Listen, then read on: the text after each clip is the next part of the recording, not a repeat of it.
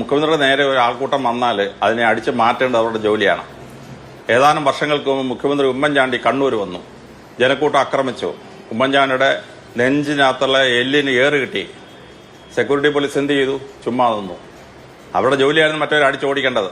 നമ്മൾ പ്രൊട്ടക്ട് ചെയ്യേണ്ട ആളിനെ പ്രൊട്ടക്ട് ചെയ്യേണ്ടത് പോലീസിന്റെ ബാധ്യതയാണ്.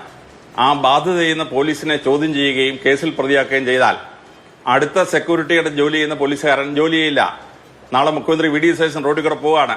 ഒരു പ്രകടനം വന്നു. പ്രകടനത്തിന് ഒരാൾ മുഖ്യമന്ത്രിയുടെ കാറിന് നേരെ ബോംബ് എറിഞ്ഞു. സെക്യൂരിറ്റി പോലീസ് എന്ത് ചെയ്യും? നമ്മൾ ഇതിനാണ് വെറുതെ കേസ് പിടിക്കുന്ന, അവരങ്ങ് മാറിക്കൊടുക്കും.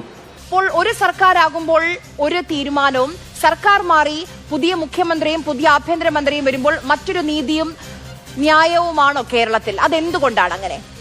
മുഖ്യമന്ത്രിയുടെ സെക്യൂരിറ്റി ആ പോലീസുകാരുടെ ബാധ്യതയാണ്. ആ സെക്യൂരിറ്റി അവർ ചെയ്തേ പറ്റുള്ളൂ.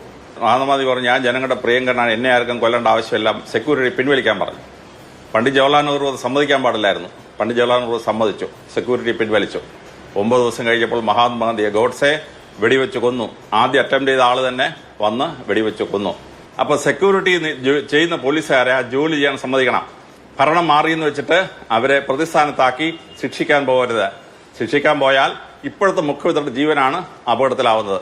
A.D. തോമസും ജ്വൽ അലക്സും അവർക്ക് അവരുടെ കയ്യിൽ ഒരു ആയുധവും ഒന്നും ഉണ്ടായിരുന്നില്ല.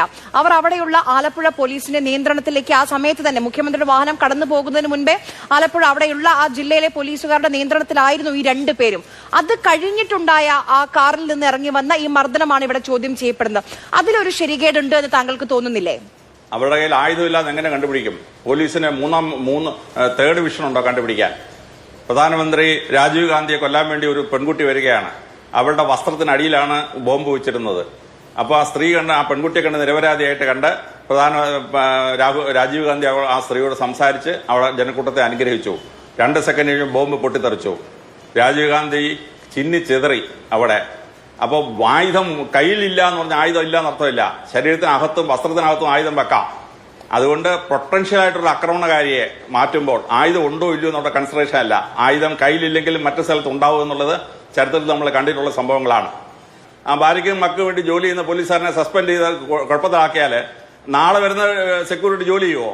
സെക്യൂരിറ്റി ജോലി ചെയ്യല. പ്രധാനമന്ത്രിമാരും മുഖ്യമന്ത്രിമാരുടെ ജീവൻ അപകടത്തിലാവുന്ന പരിപാടിയാണ് ഇപ്പൊ കാണിക്കുന്നത്. മന്ത്രിസഭ മാറിയ ഉടനെ 4 പോലീസുകാരെ സസ്പെൻഡ് ചെയ്യും. നല്ല കാര്യം. പക്ഷെ സസ്പെൻഡ് ചെയ്താലേ നാളെ മുതൽ സെക്യൂരിറ്റി എങ്ങനെയാണെന്നുള്ളത് ഭരണകർത്താക്കൾ അറിഞ്ഞിരിക്കണം.